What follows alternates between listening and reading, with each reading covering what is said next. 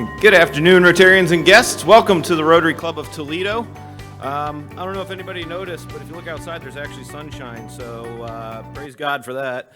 I don't know if anybody's like me, but I want to lobby the government for my hour back, because that is hurting. Anyway, as we get started today, I'd like to ask Mike George to come to the podium and deliver today's reflection and lead us in the Pledge of Allegiance. Mr. George.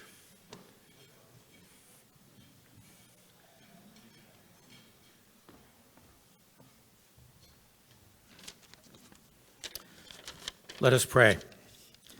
Dear God, we ask that you guide our efforts. We pray for a spirit of collaboration where each member's strengths can create a unified whole. Help us work together seamlessly and to learn from each other so that we may achieve our goals in a spirit of unity and shared purpose. Remind us that we are all a part of something bigger and that we are all connected. Give us strength and courage to lift each other instead of tearing each other down. Let us unite in spirit and respect, adoration, so we may reach new heights. Amen. I pledge allegiance to the flag of the United States of America and to the republic for which it stands, one nation, under God, indivisible, with liberty and justice for all. Thank you, Mike. As we begin our meeting today, I'd like to thank and acknowledge Hartman Bogan Financial Planning as this month's sponsor and board member Donna Bogan. So Donna, thank you very much. Does anyone have any guests that they'd like to introduce? If so, please come to the floor mic.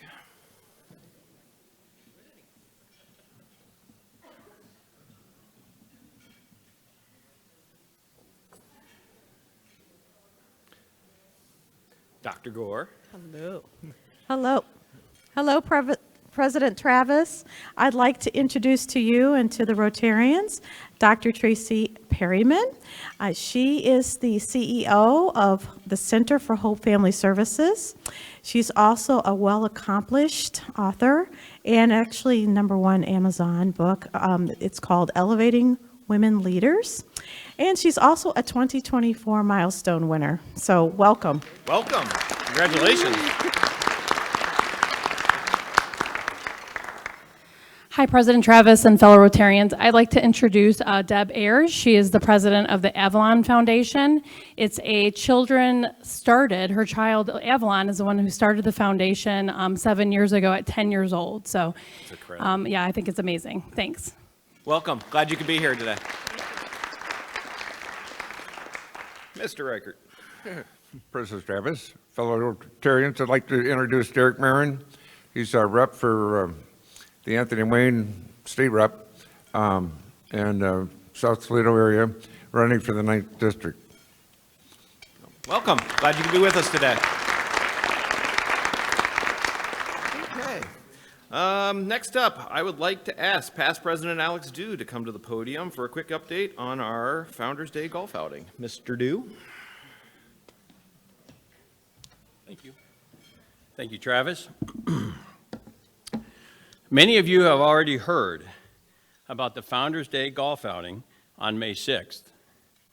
But do you know the reason why we're calling it the Founders Day golf outing? And do you know the reason why we're having it on May 6th? Well, because our club was founded on May 6th, 1912. Thus, the Founders Day golf outing. Also, do you remember the last time we had a major foundation fundraising event? It was June 15th, 2019, and it was the It's a Ball Black Tie Affair. It was a great evening, and now we're kind of switching things up a little bit. 4 years later. Or 5. Sorry, wasn't good at math. So this is our first golf outing event, and it's going to be a great and fun day. Thank you to all our sponsors who have already committed. We certainly appreciate that. We're at about 50% of our fundraising goal. I'd like to introduce the committee real quick. Please stand. Steve Miller, Roy Cherry, Lynette Reichel, Gary Murphy, Jean Dries, Keith Burwell, and Alec Falkenberg.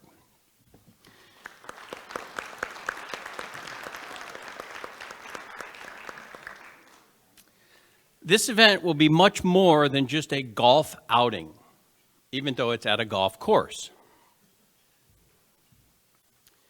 It'll be a lot of fun and fellowship with 18 different stories. 18 different stories. Why? Why do we give to our foundation? Each story is a success of one of our recipients of our grants, of our foundation grants.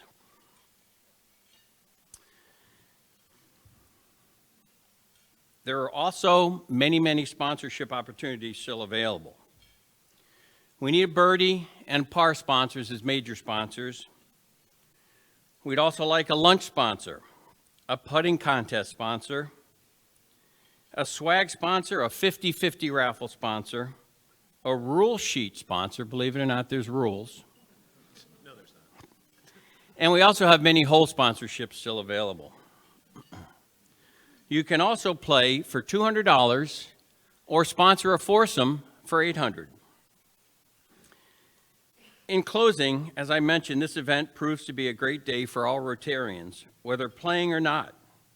Our lunch will be at the course at 11:30, and we'll follow play with an awards banquet. If any one of our committee members comes up to you, please consider participating in the Rotary Club of Toledo event. Thank you.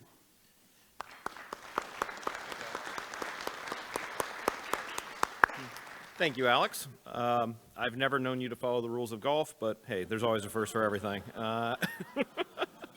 Next up, I would like to invite Hannah Murad to the podium to introduce new member Mike Miller.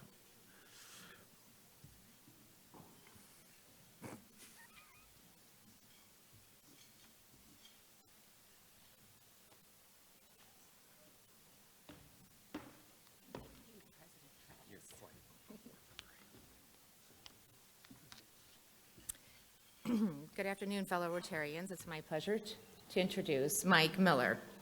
Mike moved to Toledo from a small town outside of Pittsburgh in 2008 to attend the University of Toledo.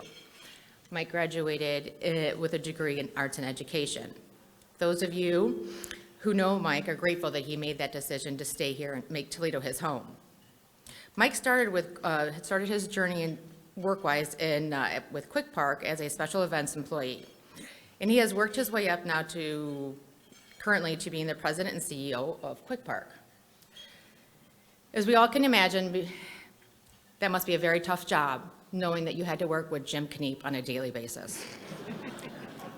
Mike is active in our community. He is the current president of BOMA. He is a board member for Toledo Warehouse District. He is on the advisory board for Downtown Parking Lot Review Improvement. Say that 10 times. And there's many more. Mike possesses a strong desire to give back to his community. That was instilled in him from his grandfather at a young age and led him to be more involved in his community and organizations that allow him to make a difference.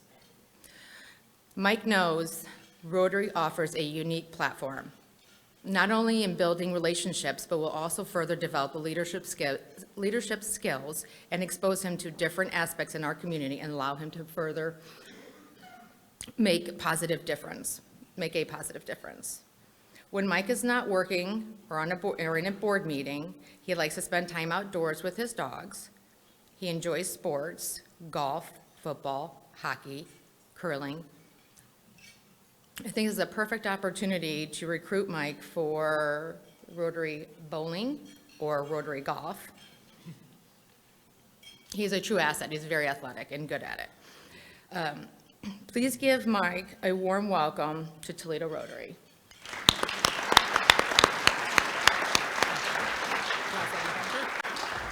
Thank you, everyone. I look forward to working with you, and please validate your parking. Thank you. Glad you made it. Did you give him a book? All right. Don't leave me your notes. No. Thanks, Hannah. Welcome, Mike. Next up, I'd like new member Aaron Shetterly to join me on the podium, and I will be doing that introduction. So, Aaron Shetterly, born and raised in Toledo, Ohio. He has the distinct honor of being both conceived and born in the back of a Pontiac Tempest. Sorry. When you get to introduce a good friend, you get to throw a shot in. Why not? Anyway, sorry. I thought about that one for a while. Anyway, no. Aaron was born and raised in Toledo, Ohio, attended the University of Toledo, where he earned his BA in journalism. He is the COO of SMS Ambassadors. SMS has been in business since 1991. Providing medical product supply solutions to hospitals across the country and specializing in hard-to-find pharmaceutical products. Aaron also is co-owner of Fusion Bistro in Cricket West, so make him your good friend. Aaron is married to Nicole Shetterly and is the father to his son Elijah, who's a freshman at Miami University, and Ella, who is a senior at Ottawa Hills High School and one of my daughter's very best friends. So Aaron enjoys playing tennis, is really good at enjoying wine, and enjoys reading as well. His pet peeve is laziness, which I can understand that one. But what I can tell you most about Aaron is he's one of the most sincere, honest, and good people I've ever met, and truly one of my best friends. I'm happy to have him in the club, and I'm happy to introduce him to you today. Aaron Shetterly.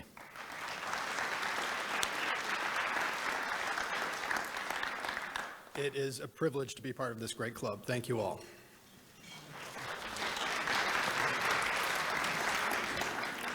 And he's very long-winded. Aaron, so happy to have you here. Next up, I would like to have Tremaine Rayford join me at the podium. Good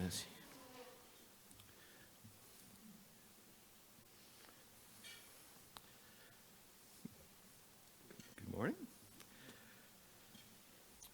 So Tremaine Rayford, as you can see, is the founder and CEO of the Program Inc. Toledo Rotary granted the Program Inc. $10,000 in the first cycle of this year's grants. A little background on Tremaine. Born to a single mother, he quickly comprehended the challenges that encompassed fatherlessness. He observed his mother struggling to educate herself at the University of Toledo while continuing to provide for her children, maintain their home, and look after him and his two older brothers. Without having a moral compass that is often found in a father figure, Tremaine struggled with insecurity, identity, peer pressure, and drug abuse. It wasn't until he was an adult that he began to recognize the negative impact of not having a father. After this realization and exiting poverty, Tremaine wondered how many other young men suffered similarly from the lack of a father.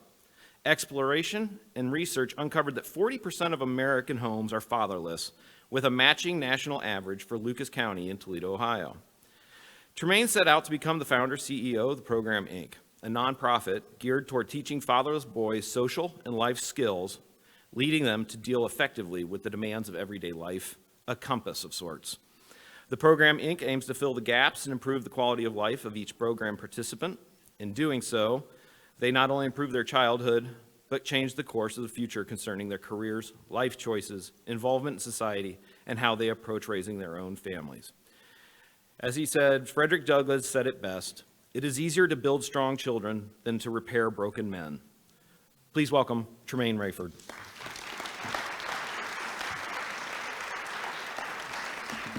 Thank you. I did not know he was going to read my bio. I was kind of emotional hearing that stuff and kind of like reliving it. But thank you guys so much for the grant that we were awarded. We did some amazing things. There's research from two lawyers, Allen and Lowe. They found out that youth growing up in father-absent homes were 279% more likely to pick up guns or drugs. 279%. So what we aim to do is disrupt that cycle. Through an array of different events, through this grant, we hosted 3 incredible events. One was Dodgeball in Economics, teaching young men financial literacy.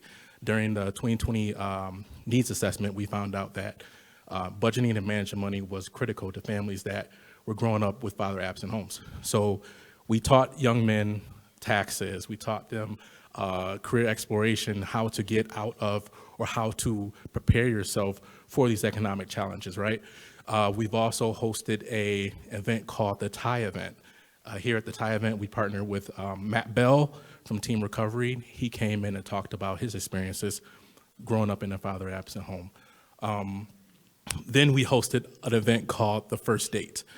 This event, we taught young men, because of the domestic situations with father-absent homes, the numbers are incredible when you look at them, just bad. When you look at them, I don't want to get into it, but so just to disrupt that cycle, to teach young men how to court, to teach young men how to treat women on dates, to teach young men how valuable and how to cherish women.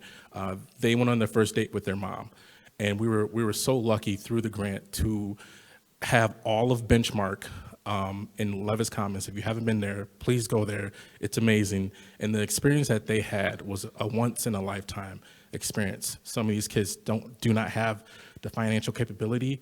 I don't have the financial capability to go to Benchmark, but to provide that for these young men is an experience that they will never forget. One of my favorite sayings is, if boys never learn, men will never know. And that holds true to what we do. So thank you so much for the grant that you guys awarded us. So together we are helping boys become men, fathers, leaders, and just great men in the community. So thank you again.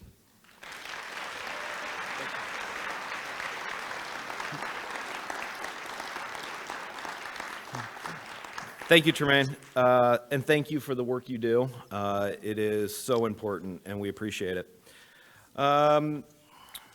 Last Wednesday, I had the opportunity to attend the Nationwide Children's Hospital Champions for Children Luncheon. It was a great event, but what was really striking and neat to me is how many of you were in that room. It felt like a Monday meeting, I'm being real honest. It was really cool. So it just shows that outside of just caring about this organization, how many of you care about our community in so many different ways and so many different walks of lives that were in that same room. So again, just a great event last week. I would like to ask Adam Cassie to come to the podium and introduce today's speaker, Kyle Sword.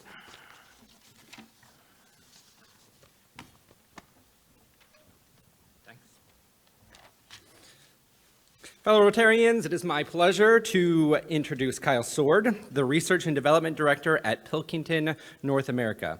Kyle's career in the glass industry is marked by over 25 years of dedication and innovation. At Pilkington NSG, he has been instrumental in pioneering technologies that touch various aspects of our lives, from the buildings we inhabit to the vehicles we drive. He is a proud graduate of Ohio State University with a degree in ceramic engineering and has an MBA from California State University, Sacramento. His work primarily focuses on thin film coating technology and vehicle glazing, aiming not to just meet, but to anticipate future needs of glass consumers and customers. Kyle's commitment to innovation is matched by his passion for the community. He sits on more than 6 boards, including the Arts Commission of Toledo and the National Glass Association. Kyle and I probably crossed paths the most often in 2022 when the United Nations declared that year the International Year of Glass. Kyle spearheaded creating a glass committee and planning events throughout the year. He is currently also working with the Northwest Ohio Innovation Consortium, continuing to shape the future of glass. Beyond his professional pursuits, Kyle coaches softball and baseball for his 11 and 14-year-old children and lives with his wife in Perrysburg. Toledo is the Glass City. We are in the Glass City Center. Glass is not just part of our history, but it is a part of our future, and Kyle has helped leading the way. A self-professed glass nerd, everyone, Kyle Sword.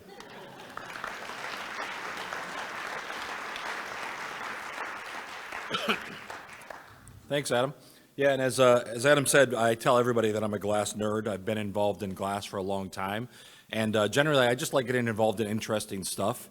So I'm on a number of different boards. I get super involved with a variety of different employee engagement, community engagement sort of activities.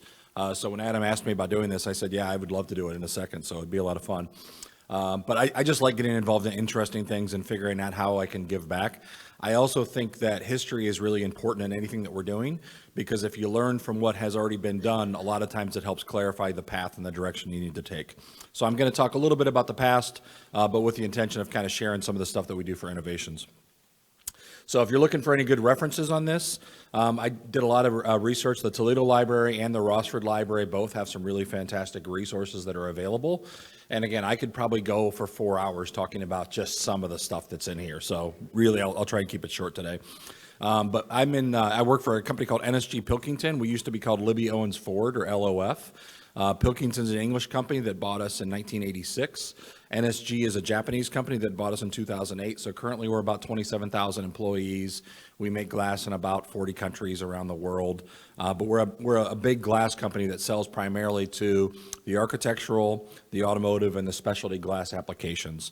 But really, this all started when it looks at a building science. So the glass that goes into buildings, it started with mouth-blown crown glass, which you blow a big bubble, and then you open up the end and you spin it into a disc. And John Ehrman and I are on a Toledo area glass guild, so we still do some of this hand-blown glass made today. That's how windows used to get made. They'd blow this big disc, and then they'd cut a square or a rectangle out of the side. That then morphed into what's called cylinder glass, so you would blow a bubble, and then you would elongate it out, cut the ends off, split it lengthwise, heat it back up, and open it up into a big window. So that started in the 1700s all the way up to the 1900s. But plate glass is where this city was founded. The city of Rossford is actually named from our founders, Carolyn Ross and Edward Ford. Rossford is named after our city founders. 1897, we started making plate glass here. This was made in Europe starting in about 1830, came to the U.S. in the late 1860s, came to Toledo in 1897. So 1897, when you come to a new town, you don't come in today and get a bunch of grants from the city and get tax reliefs. I mean, you came in and you built a city. You know, you had to build the electricity, you had to build the restrooms, you had to bring in plumbing and water, and I mean, everything. You had to be a city builder. So this picture on the top shows a bunch of guys with mules and a few kids. I mean, that was also kind of normal back in the day. You clean everything up, and then if you wanted a gas pipe, you had to go to the gas pipe and build a line to get it in. You really, really, really had to build a city around it, and that's what a lot of this is. And you can see on the bottom right, that's how manual intensive the process was. It took lots of people to be able to do this. So I've got a couple of videos that I'm going to show in just a minute, but the impact that Toledo had, not just on the glass world, but on the architectural world in general, really can't be overstated. From 1900 to probably 1960, 1 in 4 buildings in the U.S. that was built came out of here, came out of LOF. I mean, we really were about 1 in 4 buildings for about 60 years. Massive, massive impact in terms of the impact that you have around the world. So I love this video. Just shows this, I think, was 1926. This is known as the Bichirou casting process. So you would melt glass in these like 1,500-pound pots. That would take maybe a couple hours, 8, 12 hours to melt. You would melt it out, and then you would pour it out, and it would go through like an old washing machine, a couple set of squeegee rollers. That squeegee roller would then come out into a fairly large sheet of glass. So this is really how, the glass was made back in the day. Super energy intensive, super manual intensive, lots and lots of work to do this. But I just think the process is so cool. If you've ever been to one of our plants today, revolutionary to go from this process to where we are today. But really cool process. I love being able to show people this sort of thing. But we made really large sheets of glass. Even back in the 1870s, we can make a sheet of glass that was 10 foot by 20 foot. And I go, how on earth where did they take it? What did they do with it that big? But that's kind of what they did. But this is the one that's always really fun to me, is once you made that sheet of glass, to make windows like you have in the building today, you couldn't just take it off the production line and actually put it into a window, because it had all the texture from where it came in touch with those rollers in the sheet. So you had to polish it. So what these guys are doing is like, it's a clay mastic material. They embed it down. This is crazy. I love this sort of stuff. You have to embed it down, let it dry. You run a polishing disc of cerium oxide and rouge, which is an iron oxide. You polish the top, polish it for 4 hours, flip it over, polish it for another 4 hours. So 8 hours to make a single piece of glass. That's where we started. The other thing is, when you do that, it's a lot of labor and it's a lot of sludge. So if you look around and you go, why is the river so dirty, and why does it kind of have that big rectangular bend in it? Where do you think all that sludge went? Back in the day, you just put it back in the river. I mean, that's really how it started from. And somebody else asked me today, why is Toledo known as a glass city? A lot of that comes from because when they were doing oil drilling, a lot of the natural gas that came off was a byproduct. And so natural gas was really inexpensive, especially because there were multiple sort of pipelines and things like that that came through the Toledo area. So back in the 1890s, the city would actually give natural gas almost away for free to companies that would come and develop here. So natural gas is really inexpensive. It's really close to a bunch of raw materials. We had a really good labor force at the time, and the shipping and transportation was great. Glass actually first moved to the U.S. up in like the Boston, New England area, but access from New England to the rest of the country was really hard and expensive. Labor was expensive, and it didn't have a lot of natural resources. So as such, boom, Glass City comes, and we really start taking off. So again, a lot of this focuses on where does innovation come from in the Toledo area. This process, even though it was started in Charleston, West Virginia, revolutionized the residential world. So this is the first time, and this technology was developed and created here in Toledo, and then we started a plant in West Virginia. So this is the first time you could take a piece of glass directly off of a production line and put it into a window. So revolutionized the residential market, but not the commercial market. So this was a vertically drawn process, so it allowed the glass to cool a little bit before you actually took it on a set of rollers and then cooled it down to cut it up. Laminated glass. Laminated glass started right here in Toledo in North America. These were essentially, you remember the old pressure cookers that you had to cook chicken back when you were a kid? That's essentially what these were. These were big oil vats that you would take two pieces of glass, sandwich it in between, put it in the ground, and cook it in this big oil vat overnight, but revolutionized the automotive world, because back before that, you would have just plate glass in cars. And so, now you think like, they didn't do that. Yeah, kind of people used to get decapitated when they drove their car, because they would get, these cars would go pretty fast even in the 1900s. And I love that this is the best idea that they had to show people, was like, let's just take a video and throw a brick at the car. That sounds great. But that's pretty much what they had to do. But literally, decapitation wasn't an unusual sort of injury that you had in cars. And so laminated glass was really important. That was so important, in fact, that we actually, LOF, sole sourced General Motors for 30 years. Every single piece of glass that went into a car, sole sourced from GM here out of Toledo, Ohio. World War II. So you figure this was in 1926. World War II rolls around. Laminated glass in cars is actually pretty important. There was actually a couple books that I found because LOF, back in the day, you would actually get called in. The companies would get called in to help support the war effort. And a guy named John Biggers from our company joined what was called the Office of Production Management and helped really define what are we going to do to help support the war, not just for LOF, but for all of Toledo and all of the industrial world. How do we help support the war efforts? One of the interesting things that came on this is they asked us, they said, well, we need you guys to help make a lot more windshields. And we said, well, we're not really up for it because we got all this other stuff going on. Maybe you ought to talk to these guys at Willys Overland and see if they can start making some glass for you.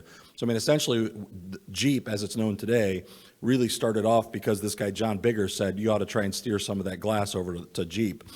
But the result of that is, 2.5 million pieces of glass for vehicles came out of the Toledo area. 66% of every vehicle that was used in World War II and every deployment globally came out of Toledo, Ohio. Just revolutionary, all the sort of stuff that came out of here as a result of LOF and the developments that were done. But when you supported the war effort, you didn't just make the windows, you made whatever they asked you to. So we made all sorts of different things. We made bulletproof glass. We made glass for optical lenses and scopes. We made mirrors that if your plane got shot down and you were trying to signal somebody with a mirror, we had a mirror that we made. They made this picture of the egg frying on the bottom is pretty cool. That's the first use of conductive heated glass. So they used that for a lot of the electronics vehicles that they wanted to have the same temperature. They would actually run a current across that glass. We made glass-lined fuel tanks so that they wouldn't explode. And this really was the first use that you see these transparencies for planes. At the Rochford plant, we made loads and loads and loads of different glass that went into planes. So we had a whole aeronautics division for a long time. But women in industrial labor was very, very common. And that really, again, a lot of that started here. We had tons and tons of women that actually developed a lot of these things. So for International Women's Day, I just think we ought to recognize a lot of the women here helped develop these technologies. Didn't just work in the factories, helped develop a lot of these technologies. Thermopane was another really interesting one. So this was a product that we started making really back in the 1930s. So if you look and you have an old house, you know, the old factory houses that are here in Rossford that go around the plant, if you wanted to have a picture window in your house, a single piece of glass, it wouldn't be comfortable for you to sit in your living room. So you had to have an insulated unit. The predecessor of modern day IGUs is this product called Thermopane that was developed here in Toledo, Ohio. So it was a glass to metal weld, kind of like you remember the old incandescent light bulbs where the glass goes in and touches right with the metal screw. That same technology is what sealed these windows. This is then the predecessor that leads to all modern day insulated windows. And the picture on the right, there's a guy named Admiral Byrd that was going to the South Pole. And he said, you know what I'd really like is to have a window so that if I go outside, I don't get eaten by a polar bear. But it's got to withstand, you know, plus 75 inside, minus 75 outside. So it's got to be that. And they go, okay, we can develop something for you. I mean, developed here in Toledo in 1936 so that he could take this on the Arctic expedition. But really, the picture window. You couldn't have a picture window in your house before this technology developed. The picture window for residential housing developed because of the products that were developed here in Toledo. And it's pretty amazing when you think about it, is that really was developed here. And so this is the modern day insulated glazing unit. So it's two pieces of glass with an airspace in between. Coatings, coated glass. The first ever patent and use of coated glass was actually in World War II, because the people that were up in jets and fighting in these dogfights said, I can't see out the window, it keeps frosting up. So this guy named Harold McMaster said, well, what if we put a chlorine-doped tin oxide on there, and that reduces the emissivity, low E, so the window stops frosting up. First patent of this ever was here. Harold McMaster ended up going on to develop a number of other technologies for our company, created another company of his own called Solar Cells, which is today known as First Solar. So the start of the modern day photovoltaic solar cell was here in Toledo, Ohio as a result of a World War II innovation. Really, really pretty interesting when you start thinking about it. And this is a picture of one of our plants in the 1980s. This is a product called Veritran that was made down in Rossford. And it's the Fifth Third building here downtown is that Veritran product in a Thermopane construction. That control room is the second largest evaporative coater in the world at that point. And it was here in Toledo, or here in Rossford. The largest one was actually at NASA. So again, just think about the scale and the scope of developments that have happened here in Toledo. I think it's something we should all be proud of, and really not many people know the history. That's the thing that I found is when I ask around. Architectural developments, we continued, our company continued to drive the architectural world for many, many years. Most of the iconic buildings that you see around the country are probably our glass. So I've got all sorts of different pictures of those. And then this is how we make glass today, float glass. So invented in England, but first patented here in the US in the late 60s.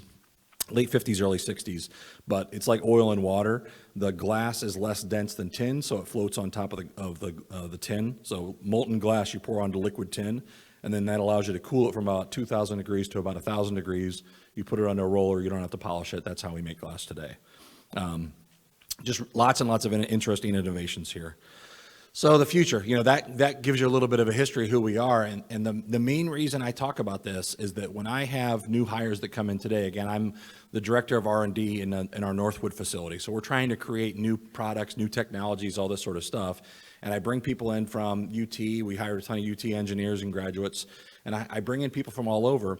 And I try to get them focused on innovation. I try to get them focused on what we want to develop. The key thing that I have to do is get them to embrace in our culture to say, this is who we are. This is who we are as an innovator, and historically, this is where we exist. If I can get people to understand that that's who we are, the level of expectation and pride and what people end up having is a very different level than if they just graduate from school and go, well, what do you want me to do? It's like, oh, okay. What I want you to do is create an amazing world just like we've been doing here for 125 years. That's what I want you to do, You have to really be able to set the stage for people. And I don't think a lot of companies do this today. A lot of people don't teach the history. They don't teach where we came from. But to me, it's such an important part of our culture is we've really got to drive these sort of things to make an impact and to continue to make innovation in the future. So it's something that I spend a lot of time on, and I've got loads of videos. If you'll see, Adam and I hook up on LinkedIn from time to time as well. I do a lot of different education on there. I have a YouTube channel that I try and put like all this stuff. I could talk about this for days, so I'll try not to.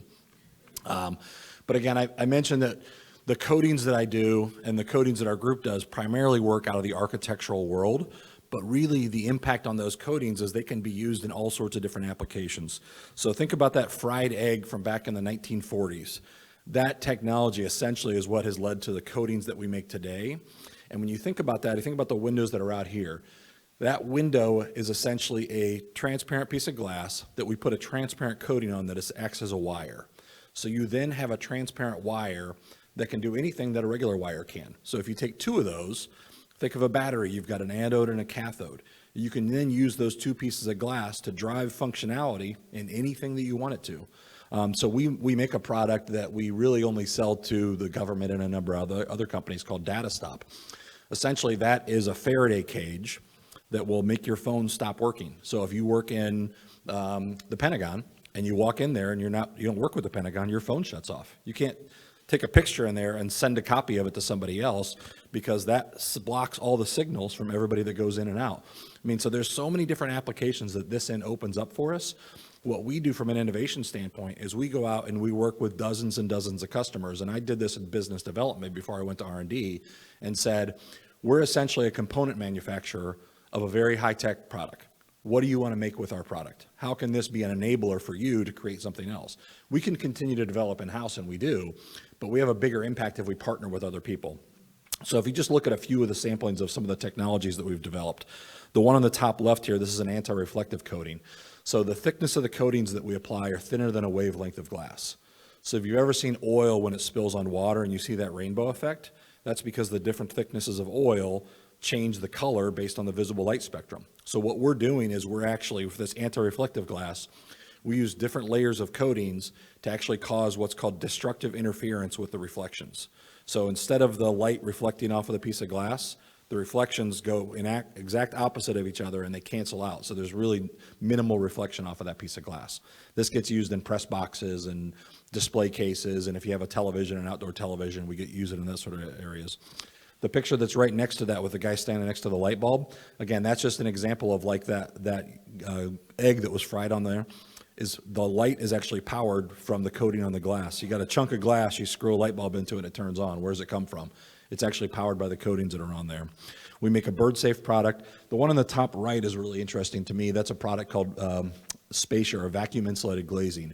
Instead of a 1-inch IGU, it's a 1/4 inch thick, and there's actually a vacuum that's in between the two panels. And I'll explain that product a little bit later as I talk about how we use that technology and use it to apply different technologies. The picture on the far right, that's switchable glass. So you might hear things like dynamic glass or electrochromic glass or things like that. Essentially, this is either a solid state or a goo, high tech, I'm trying to high tech it, that you put in between and you apply a current between those two. And then what happens with that goo or solid material is it planarizes, and so you can see through it, and now you can't. So this is, you ever seen those windows that go opaque and then go transparent? And that's essentially how it's done, is it's all done with technology that was developed here in Toledo, is you're just changing the state of whatever's in between there. The bottom right product is a product called Sanitize. So this is glass that actually self-cleans and actually eliminates things like viruses and ozone and VOCs and different things. It kills whatever's on the surface. So it actually cleans the air of your building by just existing. It just sits there and actually cleans the air of the building. Solar panels on the bottom middle right there. The bottom left here is a really, really thin piece of glass. So instead of a regular double glazed unit, we can make a really thin piece of glass. So 1 millimeter, 0.5 millimeters, something like that.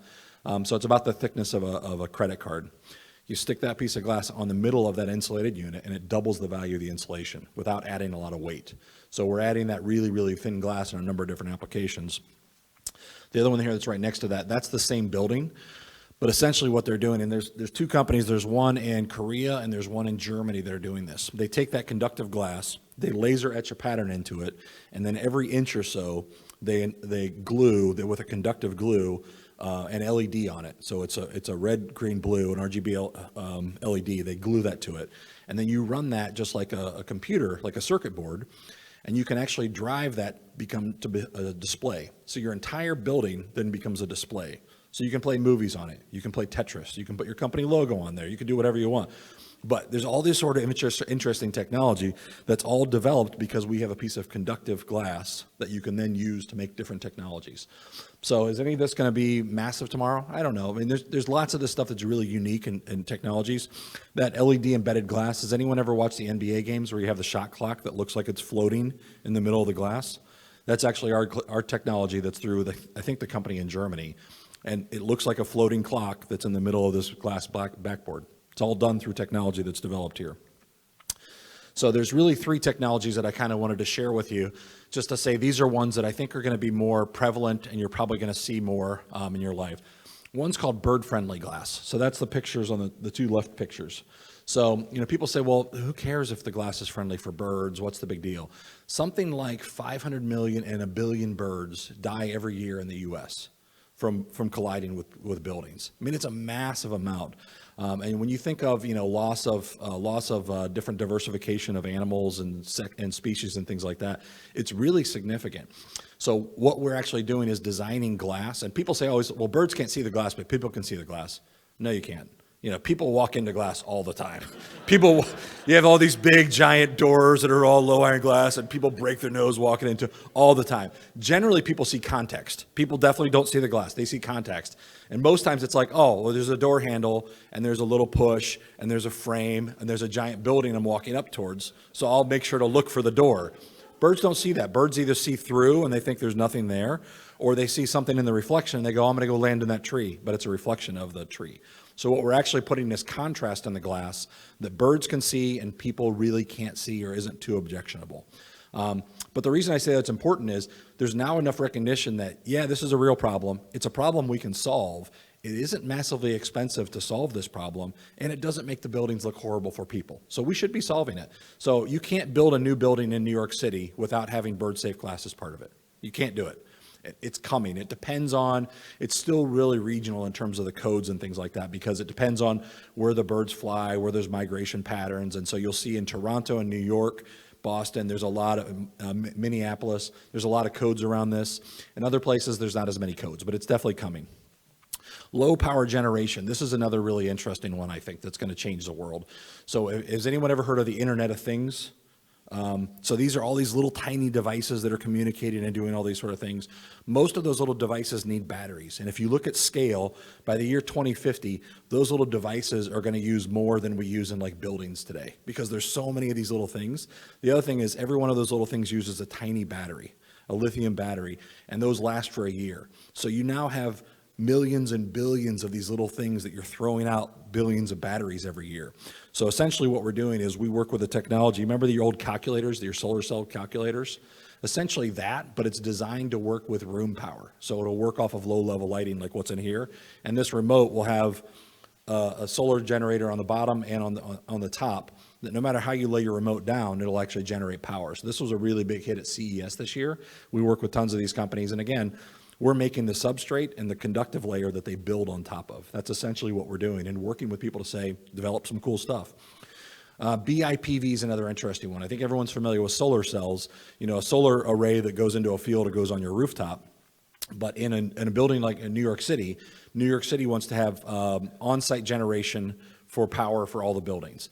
Well, you don't have roof space to do that. So you run out of places to actually generate power. So if you can start generating power in the vision area of the window that you look out, it gives you a massive opportunity to create a large amount of power from the free space that you have. So I've got one of these, that last picture, that's a picture on the top right. That's actually at our site in Northwood. Those windows, even though you can look through them, they generate power.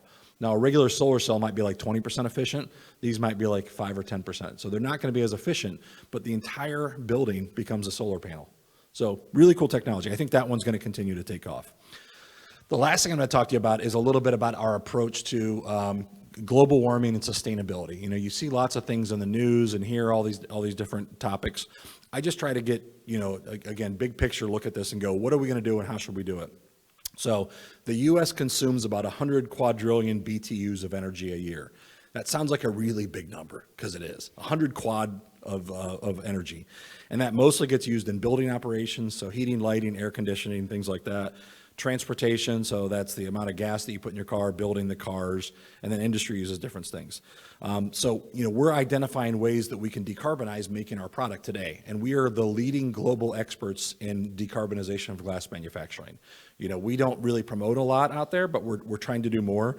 But this next video, this is a picture of what it looks like to fire a furnace with hydrogen.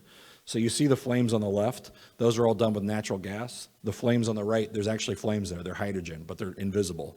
So a little bit dangerous, you have an invisible flame that's 3,000 degrees. Don't stand in front of it. We put the sign up, don't stand in front of it, but that wasn't enough safety warning, so we've got to do some other stuff. So we're really leading the way in this space, trying to figure out what will it take for us to decarbonize our manufacturing process. But the other thing that I try to look at is, well, where are we actually using that energy in the country? I go, is it in glass manufacturing? Because a lot of regulations are saying we got to decarbonize where we make our products and how we make our products, but really understanding scale of what are we doing with this product and what's the impact of that. If Portland cement were a global emitting country, it would be 6% of the world's CO2 emissions, Portland cement manufacturing. So concrete and steel are generally like really, really high levels. But when I look for glass manufacturing, flat glass manufacturing in all of the U.S. is only 0.05% of the CO2 emissions from a global standpoint. And all glass, so bottling, Owens, Illinois, Owens Corning, all the companies that make glass in the U.S., if we add all them up, that's 0.2% of where we make glass. But if you look at, again, where's actually CO2 and energy getting used in the country, it's in the building industry, it's, for actual building use, it's in cars and stuff that goes around. And so something like 40% of the built stock of the U.S. is still single glazed, and 70% of the buildings in the country don't meet current energy codes. So if we just got those buildings up to current energy codes, that saves like 3% of the U.S. energy. But we're putting a lot of focus on decarbonizing making the products. And I go, in a lot of ways, sometimes when we do different regulations, and again, we're on board with figuring out how do we decarbonize our process, but a lot of times if we're not looking at the big picture, we're stepping over dollars to pick up dimes when we do this. It's like we need to understand, and I don't hear anybody else talking about this, but I go, that's the reality. It's not me pitching this for my own industry or for my Glass City or for the glass cohorts. It's the math. I mean, it's the math and the science of where should we be spending our time and efforts. And it should be in figuring out how to best decarbonize. And a lot of times that's through deployment of our products. So another example of this is an 11-story building built by Albert Kahn up in Detroit. It was known as the Albert Kahn office building. So we went through and said, well, how much energy does it take? They had this window restoration project they wanted to do. And we said, well, we can reglaze those windows using that 1/4-inch VIG, stick it in the same spots. We can add secondary windows, storm windows, or we can do replacement windows. How much energy does it take for us to make any of those products? And how quickly does that pay back in terms of energy savings? You got an 11-story building in the winter in Detroit. Guess what the boiler's doing? I mean, that thing is just churning, right? So what's the payback on that? It blew me away. The payback with a VIG reglaze was 1 month in terms of CO2. 1 month. And with replacement windows, it was like, 4 months? So I go, the manufacturing of the products a lot of times isn't the problem. It's the way we're using the buildings is the problem. Fix the problem. Don't fix the symptoms, So we need to get the message across to people. And this is the same for a lot of the different glass industries out there. We actually have the solutions for these problems. We aren't the problem for these. We're the solution for a lot of these. But the education in that just isn't there yet. People just don't understand the big picture of this. So trying to teach people about all those sort of things. And then the same thing goes for renewable energy. And Adam mentioned it already. The UN declared 2022 as the International Year of Glass. Do you know every single renewable energy source that's made, glass is a significant component for every one of those.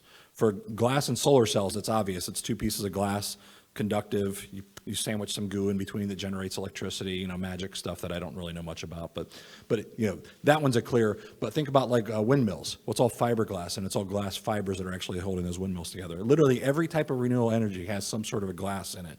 And the payback on these is months in terms of CO2. So again, for this one comes directly off of First Solar Sustainability Report. They have a 4-month payback for not just one piece of glass, for all their pieces of glass, all of their construction, all of the deployment, put it in a field on a big steel or aluminum frame, 4-month payback. So to me, I go, I don't want to say you guys need to decarbonize, I want to say, how do I help you build faster? How do I help you deploy faster? How do I help you build more clean, renewable energy so we can get rid of stuff that is really the dirty energy which is causing all of our problems? It's the big picture that we really need to get across to people and teach people these sort of things. And that should be the focus for us as a city and as a country is let's solve the big problems. Let's not penalize ourselves or like try to fix this or let's understand the big pictures so we can really start digging in and solving some of these things. Which leads me to my last slide. The Northwest Ohio Innovation Consortium. This really, I think, is kind of an outspur of that effort on the International Year of Glass. You know, the one really unique thing about Toledo is we're here, Owens, Illinois is here, Owens Corning's here, Libby's here, John Mansville's here. We have all these major glass companies, but we don't compete with each other in the marketplace. So I go, I'm out trying to do hydrogen firing. You're out trying to do hydrogen firing. Everybody's trying to solve the same things. Why don't we just get together and talk about stuff and try to solve the same problems? Because we're probably going to save some money and help each other, right? Essentially, that's the whole goal of this, is try to figure out how to get grant money, engage with the universities, and really drive a lot of these sort of technologies that are out there. So again, that's the main purpose for this stuff. And I'm hopeful that we'll be able to get some state money and really start pushing this, because really Toledo and these technologies have a lot to offer the country and really can spotlight the city of Toledo in a good way, because we have a fantastic city. We do a lot of development here. There's a lot of things that the nation doesn't know about. So it's time for us to be able to show some of those. So again, really in summary, Toledo really is a center of glass excellence and for CadTel solar technology. Really is globally. Excellent, center of excellence for that. We have been an innovation center and really are the industries that have built the world. And it was built by creative risk takers. I think that's the thing that I try and embed in my new employees is we need to continue to be creative risk takers if we want to continue to innovate here in this space. We do have solutions for global challenges. And really, the Toledo area and our company and others, we're positioned well for STEAM education, jobs, growing, and building. So let's continue to build on top of that. And I think that's it. So questions?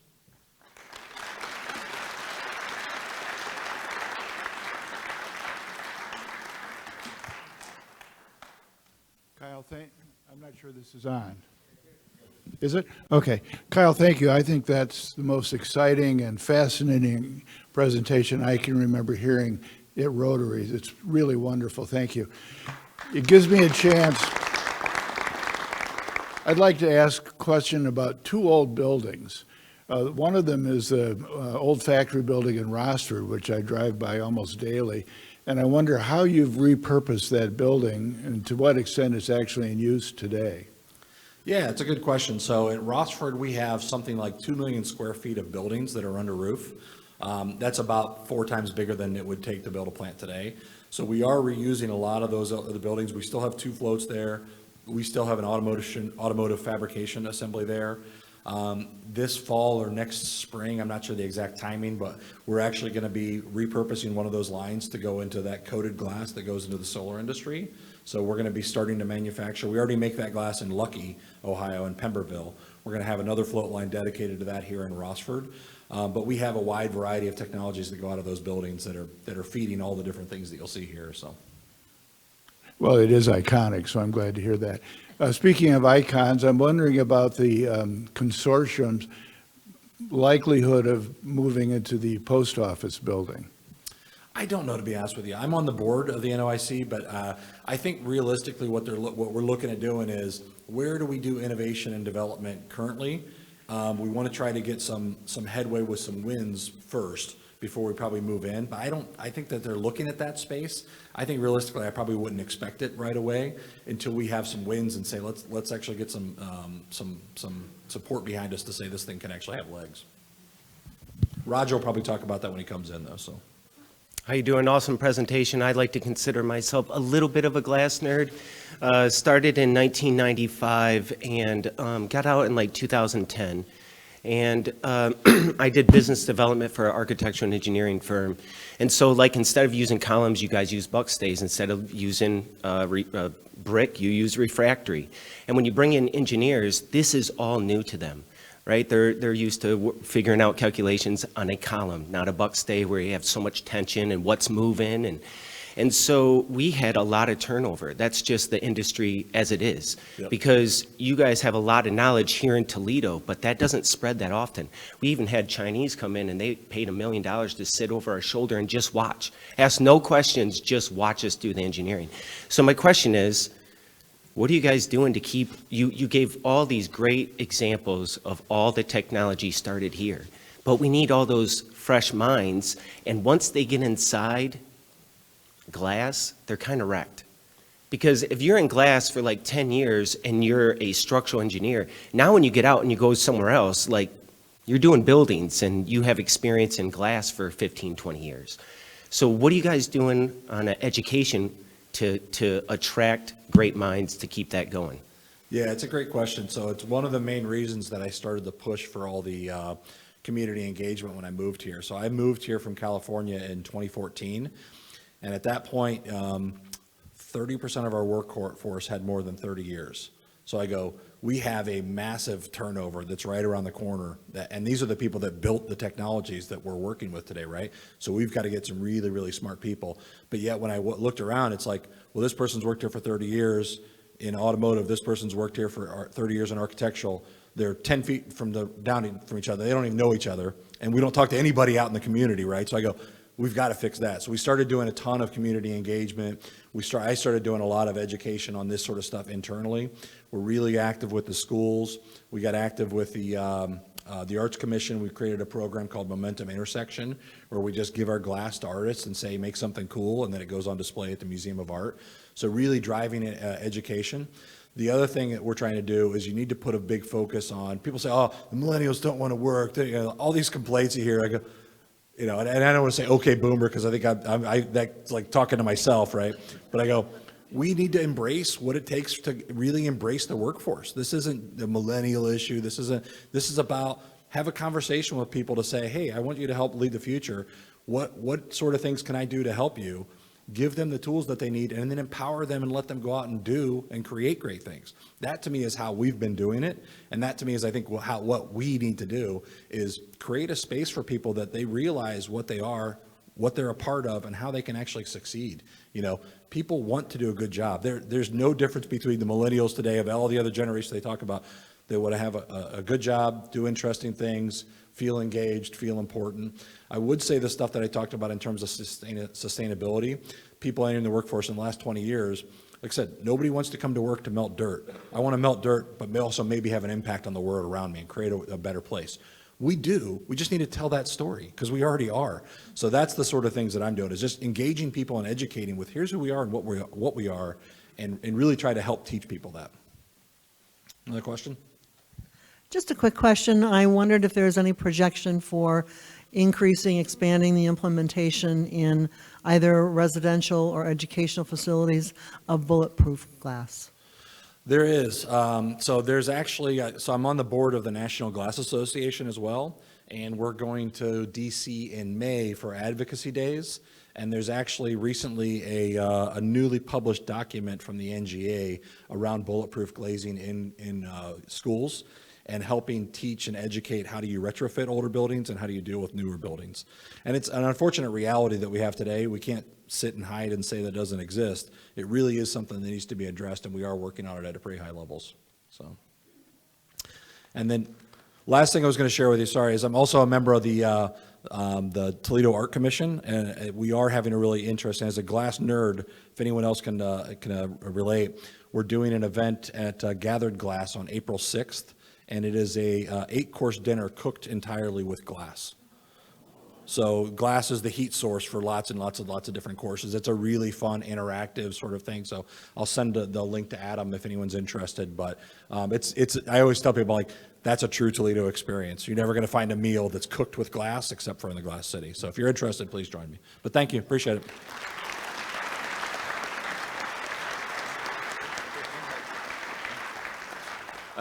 Kyle, that was fascinating. That was one of the coolest presentations I've seen. I would like to offer our thanks by presenting you with Historical Tales of Toledo, which was authored by past President Clint Mock.